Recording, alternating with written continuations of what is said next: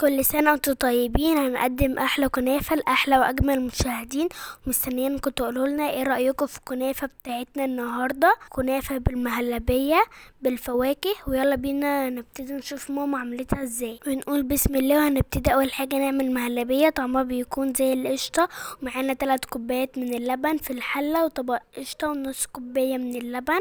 هنحط عليها معلقتين كبار من النشا. هنجيب 3 كوبايات اللبن، هنسخنهم كده على النار. اول ما يسخنوا طبعا معانا معلقتين النشا، بنكون مقلبينهم في اللبن على البارد. بننزل بيهم على اللبن السخن مع التقليب. طبعا لقينا المهلبية خفيفة، فبنجيب ربع كوباية من اللبن البارد، نحط عليهم معلقتين تاني من النشا واقلبهم، وارجع افضيهم على المهلبية هي سخنة. طبعا النشا لازم تتقلب في اللبن بارد، علشان لو حطيتيها على طول على المهلبية وهي سخنة هتكلكع منك ومش هتكون حلوة، واحنا عايزينها تكون كريمي كده معانا وزي القشطة. فبننزل بيهم بقى هما باردين كده على المهلبية السخنة مع التقليب. وبعدين اول ما بنلاقي القوام كده تقيل معانا زي ما احنا عايزينه، بنجيب بقى طبق القشطة بنفضيه على المهلبية، بنقلبه كويس معاها. طبعا القشطة بتديها طعم حلو، بتخليها كأنها قشطة بالظبط. وكده نكون خلصنا المهلبية.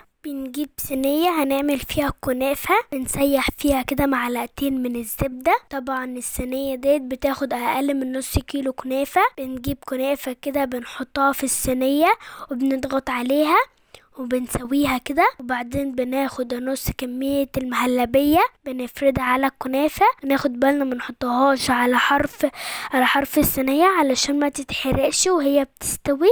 بنفرد بقى كده زي ما احنا مش شايفين كمية المهلبية، وبنجيب بقى طبقة تاني من الكنافة بنبتدي نحطها. طبعا الكنافة ديت انا مش حاطة عليها زبدة، انا حاطة بس الزبدة في الصينية من تحت. بنبتدي بقى بعد ما فردناها نضغط عليها كده بالراحة ونسويها، وبعدين بنسويها على البوتاجاز من فوق، مش بنحطها في الفرن. انت حابة تسويها في الفرن براحتك، انا هنا حطاها كده على البوتاجاز. ببتدي بقى اسويها. طبعا بنوطي النار عليها، بنسويها بقى كده على نار هادية. بتشوفيها بالمعلقة اول ما بتلاقيها احمرت معاكي، بتجيبي بقى صينية تقلبيها علشان تسويها من على الوش التاني. طبعا بتقلبيها بالشكل ده كده. لو في اي كنافة في الصينية بتشيليها كده بالمعلقة، وتجيبي معلقتين من الزبدة بتحطيها في الصينية، وتبتدي بقى تجيبي الوش التاني تفضيه كده في الصينية علشان برضو يحمر معانا. طبعا بتسويه على نار هادية، واول ما الوش التاني كده بيحمر برضو بتشوفيه كده بالمعلقة بتلاقيه احمر معاكي. بتاخديها بقى على طول من على البوتاجاز، تبتدي تحط لها الشربات بتاعها وهي سخنة، والشربات يعني دافي معانا.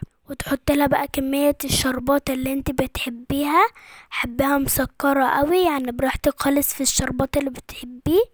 وبعدين بقى بتغطيها علشان تكون طرية معاكي، يعني بتغطيها كده ربع ساعة او نص ساعة، بتكون بقى كنافة طرية معاكي وحلوة قوي. وهنعمل لكم فيديو للشربات برضو علشان اللي مش عارفه وحابب اللي هو يعمله. وهنا بقى هنفضيها كده في طبق التقديم. شايفينها معانا ازاي لونها ذهبي وجميل وطرية، طعمها جميل قوي، والمهلبية فيها كده طعمها زي القشطة وجميلة جدا. هنبتدي بقى نقطعها اي تقطيعة كده انت حباها. وبعدين بقى هنجيب بقية المهلبية اللي معانا، نبتدي بقى نحطها كده على وش الكنافة، نفردها ونظبطها كده على وش الكنافة. ومعانا بقى فاكهة خوخ وكيوي وفراولة. طبعا ممكن اي فاكهة بقى بتفضليها تعملي بيها كده اي شكل على الكنافة انت بتحبيه. احنا عملنا الشكل ده كده على الكنافة. طبعا الفاكهة دي كلنا اكيد بنحبها، وطعمها يعني بيبقى حلو قوي وهتكون جميلة قوي مع الكنافة. ولو حابة ترشي شربات كده على الفاكهة على الوش كده يعني براحتك خالص. جربوها بقى وقولونا ايه رأيكم في كنافة بالفاكهة النهاردة. ولو عجبتكم اشتركوا معانا في القناة علشان يوصلكوا كل جديد، ودعمونا باللايك، وقولولنا ايه رأيكم في كنافة النهاردة. وبألف هنا وشفا عليكم.